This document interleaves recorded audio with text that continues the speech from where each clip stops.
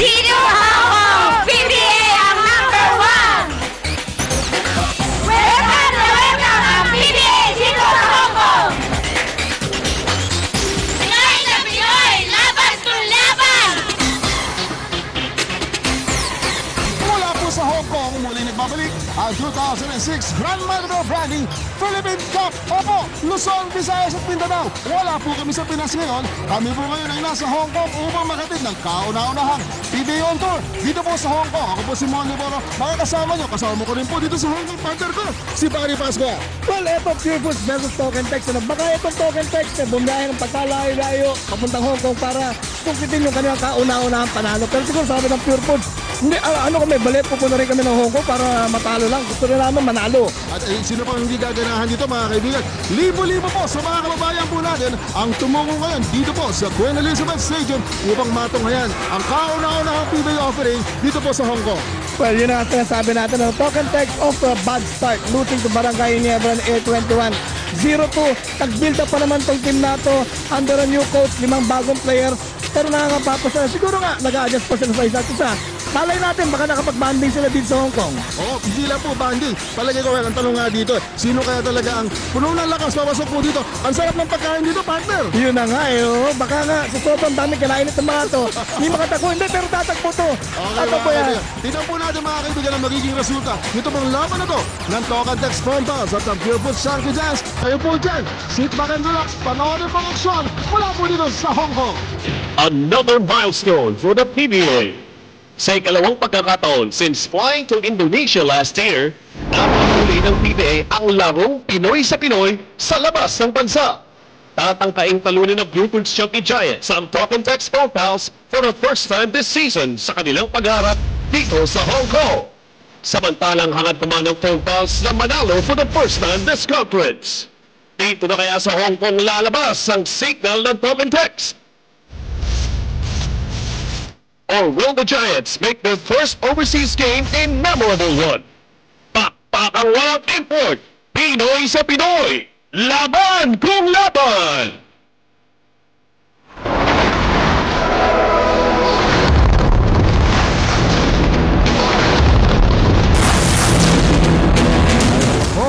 Well, all set na ba kayo dyan mga kaibigan? Dito po, maaga-maaga pa ang Philippine Club. Pero ito nga po ang Token Text Frontals, wala pa po na yung papanalo. Samantalang ang Pure Foods naman nag-split their last 2 outings. Pero huling laban po nila against the Coca-Cola Tigers na talo. Ito po ang Philippine Chunky Giants. Ang Pure Foods Chunky Giants. 80-72 yung score natin. Ito, si referee Joey Kalungkagin sa opening tip-off kasama ng Sponge Aldara at Patrick Canizares. Alright, ito kasisimula pa lang. At ito bola ngayon ng Token Text Foam Pals.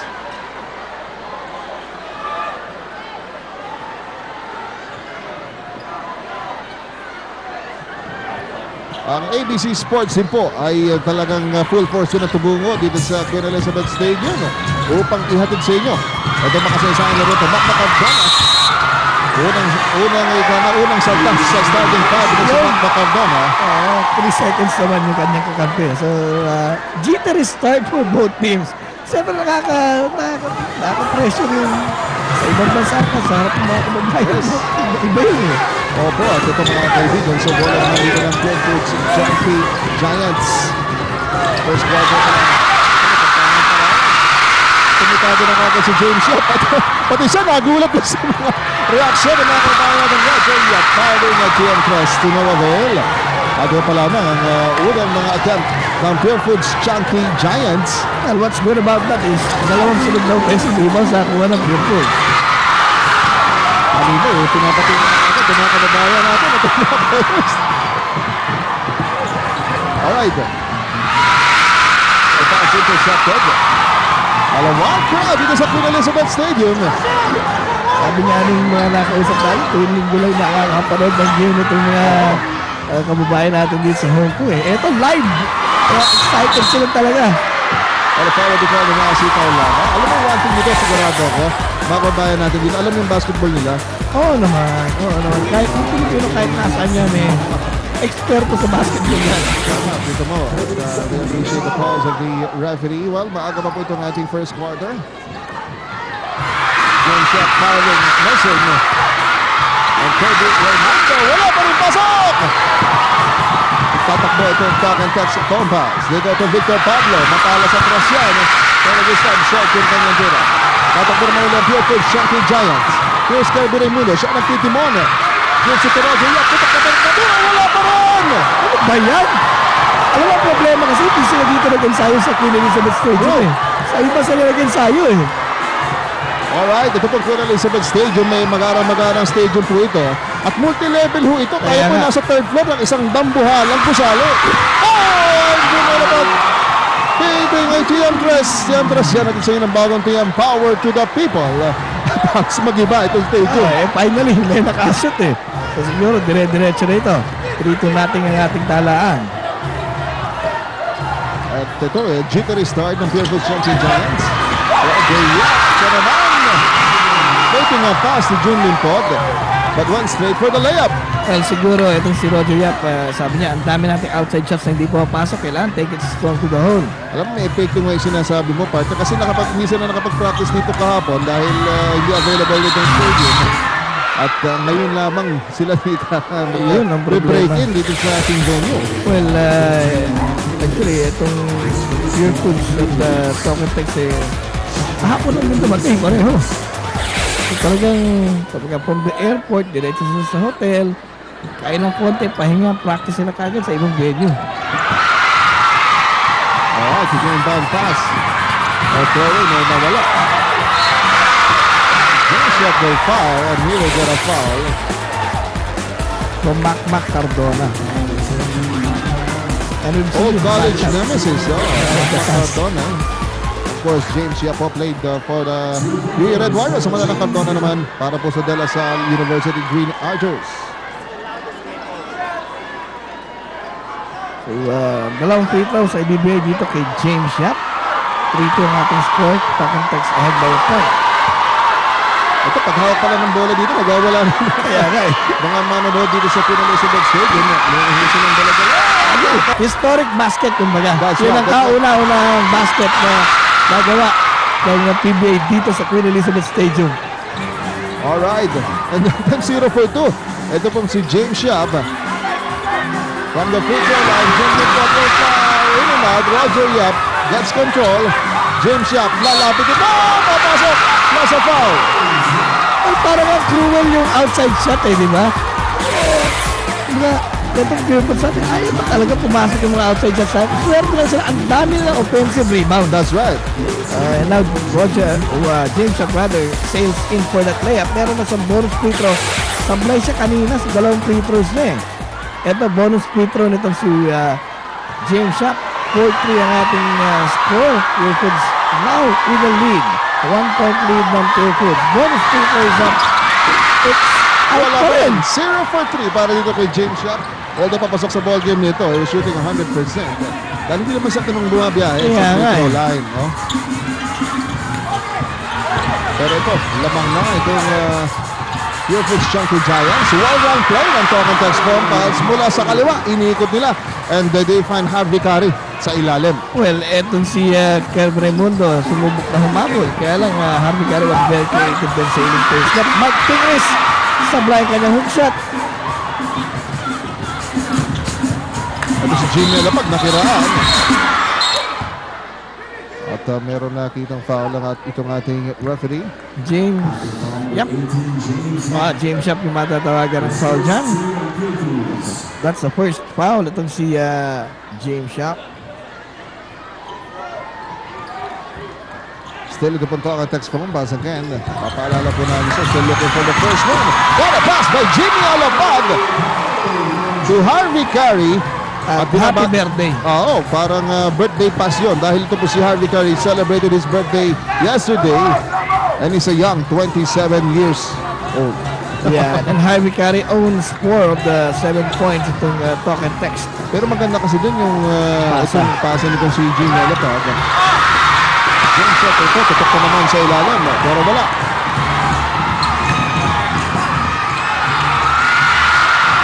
Pass broken up. Tatakbo itong Pure Foods Chunky Giants. Roger Yap. Here they go. Walter is touching left. No good! Ando si Asitaw Laba. Cardona. Wala. Carry on. Carry. At home na at home dito sa Hong Kong. Kaya nga no? Kasi yung mga ibang pagkain dito sa Hong Kong, mahal. Tama ka doon, samantala. Ito pong si Harvey Carey. 6 points. 6 out of the 9 points ng talk and text. Itong si Harvey Carey ang nakapagtala. Meron pa siyang bonus free throw ngayon. 7 minutes and 36 seconds remaining in the first quarter. And Harvey Carey nasa free throw line. Harvey Carey malakas ang pangatawan. The bonus free throw is short. Oo, not really his best shoot ang free throws. Top 5 to that. 0 for 2 to si Harvey Carey dito po sa Philippine Cup. And right now, ito struggling possessively kung yung Christian Giants. Ang daming tira binibigay. Pero 3-second violation na Kobe Raimundo. At he was anticipating na ito si Jun Limpot didiscard na towards the basket. Pero na-pull out pa ito si Jun Limpot. Mahirap naman yun Nasa harapan ng Jun Limpot itong si Asit Aulaban. Talagang medyo nagdadalawang isip ka.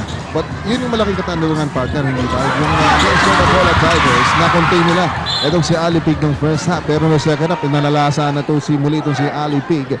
At yun lagi nagiging malaking katanungan dahil nga walang lehitimong sentro o big man na sinasabi o tinatawag itong Pure Foods Chunky Giants. Well, nawala pa si Jonathan Salvador sa kanila Nagkaroon ng knee injury, was operated on and hindi na makakapaglaro this for the rest of the season. So itong Pure Foods sa pilitang kunin si Arnold Gamboa. And asitaw Lava and Harvey Carey. 8 puntos na partner dito sa first quarter natin. At alam napapasuntok na siya sa hangin At 11-4, 7-point lead na para sa paring ng Tagatek. Alright mga kaibigan, we'll be right back. Right, at ito yung Pure Foods na pilitan sa mahal ng full timeout dahil Tagatek racing to a 7-point lead. Alam mo kung turnover sa pag-uusapan, 4 ang talk and text, 2 lamang ang Pure Foods Chunky Giants, pero ito madadagdagan na yan. Yung low field goal percentage sila partner. Low field goal shooting, yun ang pumapatay dito sa Pure Foods. At nasayang yung timeout ni Coach Ryan Vigorio, di ba? We're saying na kapag tumawag ng timeout, dapat productive ka agad. Back Cardona, nagbukas ng ball game ito para sa talk and text. Jimmy Alapag, nagpapakasa lamang papasa-pasa. But it's always finding ito si Harvey Carey. First on the ball was Asitaw Laba. Alright, ito po talk and text from pass looking for the first win. At gusto nilang kunin yan dito po sa Hong Kong. And you can see it in the faces of the talk and text players. And with the Pablo Pops sa TM 3. At it's taken a bagong TM power to the people. At full throttle. Itong talk and text from Pals. 2 na kanilang TM 3. Ito po sa first quarter natin. The first was the first basket. Courtesy of Jimmy Alapag. Ngayon naman kay Victor Pablo. 10 puntos na itong kalamangan ng talk and text. Parang gusto nila ipakitang talagang malinaw ang signal nila kahit dito sa Hong Kong. Tama. Ito lead pass. Asitaw Lava. Soaring in for 2. Now with 12-point lead para po sa talk and text from Pals. At yun, mukhang nasa siya. Ito pong Pure Foods Chunky Giants. Well, medyo malamya kasi yung simula ng Pure Foods. Particular na yung field goal percentage nila. Ang dami ng tira na hindi papasok Roger Yap, ito, ang ginawa niya dito, hinamon ang one-on-one itong si Jimmy Alapag. In which case, tama yun dahil mas malaki siya. Pag nilow-post niya yan, walang magagawa si Alapag. At yun naman nagagawa ni Roger Yap para sa Pure Foods Chunky Giants. Yung mga mismatches, nakakapag-create siya ng mismatches against the opposing teams dahil walang maitapat sa kanya. Right, pero meron malalaking tao rin itong talk and text, malaking point guard like Leo Abenido. It's a 32-0 run ng talk and text. And finally, napatid din yan as itong si Roger Yap, Kansas first free throw. Limpot moves out. At pumasok ito si Ray Evangelista second free throw. Sablay din yan. Jump ball. Meanwhile, ito si Ray Evangelista. Pinitang ito si Jim Limpot. Ang Paul Artadi papasok para dito kay Roger Yap. At Leo Avenida, sabi siya, may matangkad naman silang point guard. So ngayon, medyo nag-shift na yan. Mas matangkad na yung point guard. Nag-shift yung balance sa power dyan. Sa point guard spot dahil mas matangkad si Abenido kay Artadi. Tapikan, napunta kay James sa pambola. Wala pa rin. Mark Pingris gets it para sa Pure Foods Chunky Giants. Ray Evangelista. The pass para kay Pingris. Ball kicked out of play. Alam mo siguro it's about time si Mike Castillo ipasok. Hindi mo pasok yung outside shots. May pasok man si Mike Castillo dahil yun naman ang papel niya eh. Masikip na masikip yung butas ng rin para sa Pure Foods Chunky Giants dito po sa ating first quarter. Kirby Raimundo against Harvey Carey using the glass. Goaltending ang tawag doon dahil tumama na sa wood yung tira nito si Kirby Raimundo. That will count. At at this point, ito, kailangan nilang pigilan itong ofensiva ng Talk and Text Phone Pals. Nakalatag agad yung lambat ng depensa ng Pure Foods. James Yap with a steal. And James Yap will sail all the way of a foul dyan. Ito po si Mac Cardona. At yung hasil yung pag-uusapan, Pure Foods meron nun eh. Dahil, kumbaga, mas marami nga silang tira, mas marami offensive rebounds at ngayon, meron pa silang knockout.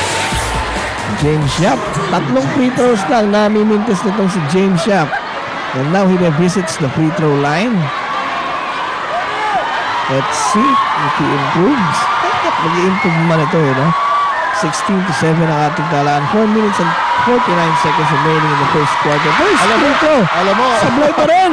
Alam mo, prior to this Hong Kong game, alam mo, hindi naman talaga problema ng Pure Foods ang free throw shooting. They're actually third when it comes to free throw shooting, partner, ha? At ang last, itong Talk and Text, eh. Kung titignan mo yung ating numero, dito sa early going ng Philippine Cup. Pero ngayon, 0-4-4 na. Itong si James Yap, hinga na malalim. Tignan natin. Sablay pa rin. Lumabas pa rin. Pati siya. Kahit nasaan ka, pareho naman ang sukat yan eh. Hindi na siya makapaniwala dito. At di kaya gigil para kay James Yap. Baka dahil maraming pressure nasa balikat na dahil siya yata yung pinakapopular na player dito sa Hong Kong eh. Siguro lahat itong mga nasa Hong Kong eh, nagbabasa ng magazine at nababalitaan yung kanyang, alam mo na. Diba? Tama yun. Pero alam mo, nakakabilib din naman talaga itong mga kasama, kababayan po na updated eh. Updated. Sa mga nangyari. Kanina lang, umikot tayo doon sa ilang mga lugar kung saan nakapulupulutong yung mga Pilipino natin mga nakausap. Ganun pala yun eh, no? Isang lugar, Ilonggo, Panay Tiga Iloilo, tapos isang lugar, Ilocano, di ba? Oo. And right now, pero ngayon sama-sama dito sa isang lugar. Sama-sama dito sa isang lugar. Sa stadium. Dahil Castillo, yung prescription mo kanina. Wala rin eh. Pinasok na ni Coach Ryan. Well, Talk and Text Phone Pass trying to push the ball out quick. At that time, masyado silang mabilis. At ball, Chumeka, sa kumakamay nitong si Harvey Carey. Lawan pa rin ang Talk and Text. Talagang struggle offensively itong Chunky Giants. Maging sa free throw line. Hindi makaporta ang Chunky Giants. Nire post para kay Kirby Raimundo. Cross court kay Noy Castillo. Noy Castillo atake. Kanino yun? Ang pasa niya. Wala pa rin ang Chunky Giants. Sabi ni Derek, matagal na ako retired ha. Coach na ako ngayon eh. Huwag nyo akong pasahan. Pero referee Aldaba rules. Nakita niya dahil top out. Bola ng Pure Foods Chunky Giants. And the referee is so sure about that call. So 7 seconds of shot clock. Hindi, last touch. Kala ko last touch si Coach Derek. Pero yan, bola pa rin po ng Pure Foods Chunky Giants. Kirby Raimundo with a spin. Kirby Raimundo shot pa rin sa kanyang layup. Kirby Raimundo won't be denied. That time nilagay na lang ni Kirby Raimundo eh. Wala na nakahabol sa kanya because he had second spring sa kanyang legs eh. But the fast start here para po sa Talk and Text Phone Pals. At meron pa tayong time out dito mga kaibigan. Diyan lang po kayo. Kami po ay magbabalik mula sa Queen Elizabeth Stadium. Hong Kong Blues para dito kay James Yap. Ang kanyang shooting 1-for-6 samantalang wala pang naibubuslo after 5 attempts mula sa free throw line. Talagang parang nanibago dito si James Yap. Bago talaga dahil lahat ng fans lahat nandito sa Hong Kong. Nakatutok sa kanya. Of course, alam mo, masaya itong mga kababayan po natin dito. At mukhang may hindi nag-check-in. Hindi, may ano ba? technical, may pandikit sa kamay. Oo. Akala natin hindi nagpaalam dun sa ating table officials. But you see, Malaki yung fine yan. Sabi ni Abinido, kanina pa ito sa warm-up eh. At ito si Mel Castillo, pumasok kanyang technical free throw. opo, paliwanag natin yung partner. Alam niyo po, yung pro grip po, parang pandikit, no? Manipis lang naman na pandikit po yan. Na ano mo, ginagamit po ng mga players para mas kumapit yung bola sa kanilang kamay. Pero yan po ipinagbabawal na dito po sa PBA kasi hindi naman lahat ng mga players gusto yung pakiramdam ng pro grip. Kasi kung papayagan yung pro grip ba kahit na tayo, pwede tayo maglaro dito dahil kakapit yung bola sa kamay natin eh. Ayun naman po. So, ito po, ini-inspection na ni Referee Kalungkagin eh. Para bang, ano ba, sa C80? Pakita naman kamay nyo. Pakita naman kuko nyo. Yung kuko, di ba? Sa C80 yun eh. Oo, pero ito, tinitina isa-isa. Pagkat yun nga po, hindi po yan inaalaw. Anton Viloria, pinasok na sa Talk Text bomb fouls. Lamang po ng 6. Ang Talk Text, pinagdalawan si Asitaw Laba. Labas dito kay Victor Pablo. Pablo, with a tientras or long 2 lamang. Long 2, para kay Victor Pablo. Pero mahirap yung tirang yun dahil may nakadikit sa kanyang guwamsa eh. Yun ang allowed na pandikit yung guwamsa. Pero kita mo rin na-pressure nila si Asitaw Laba. Pero hindi nila nabigilan itong si Victor Pablo. Si Victor Pablo naman very consistent eh. Sa mga previous games nila. Willie Miller. Forward pitch para kay Anton Viloria. Nakakuha nito si Paul Artadi. At si Paul Artadi magandang pinapakita para kay Coach Ryan. In this confidence. Itong Philippine Cup. Congress. Alam mo, mahirap yung ginawa ni Pingles niya, no? Match siya in between Pablo and Taulaba bago niya makuha yung pasa eh. Yun naman ang nakukuha ni Coach Ryan dito. Ni athleticism itong Mark Pingles, yung pangangatawan, ibang klase. Tsaka matapang na bata. Ito. Ano naman lamang. Hindi na po. Nabagbaga na yan. Nag-gabog thriller. Tiantras po yan. Hatid sa iyo ng bagong tiyang power to the people. Mula dito kay Willie Miller. Oo, at 21-12, balik namin score natin sa matut sa kalabangan ng Talk Text. Sabi nito, pinahugas mo ng mabuti ng kamay. Alam mo kung nag-struggle dun sa long shot nila, itong Pupils Yankee Giants, parang walang ka-problema itong Talk Text, no? Error na yung problema ng Talk Text early in this game. Ayun na naman, another miss. From the left elbow, mula dito kay Ray Evangelista. Ito, marami rin mga taga-ormok dito na nagpakita. Walang pelo! Tiantras yan. Hatid sa iyo na bagong tiyang power to the people. At ito Tiantras na po yan. Yung Willie Miller. Back to back. Para po dito sa Talk Text sa phone pals. At may 32nd time out po dito na nahingi ang Pure Foods Chunky Giants just when they thought na nakukunti na nila itong ofensiba ng Talk Text phone pass. Kumawala naman ng sunod-sunod back-to-back 3-pointer. Kanina nga hindi ba yung kay Victor Pablo nakaapak lamang. Kaya nga no? So etong si Willie Miller coming off the bench, dalawang magkasunod na 3-point shots ang pinapasok para mouse to isang case yung score ng Token Text. Kalahati namang case yung score ng Pure Foods. 24-12 po ang ating score. Opo, at former MVP to si Willie Miller. And right now, alam mo itong si Jimmy Alapag, napakaganda ng simula para sa Token Text form pass. Ikakalat ko na maganda yung bola. At maganda naman ngayon offensively, nilalaro itong si Willie Miller. And marami kasi nag-observe dito na ay itong barometer talaga ng Token Text. Pag nag-click pareho itong dalawang Jimmy Alapag at Willie Miller, napakahirap talunin ito. Oo, tama kayong backcourt ng Deboy Cheque mukhang 2 points. We have to check that. Pero 24 pa rin yung score natin dito eh. Sandali lang sinasabi.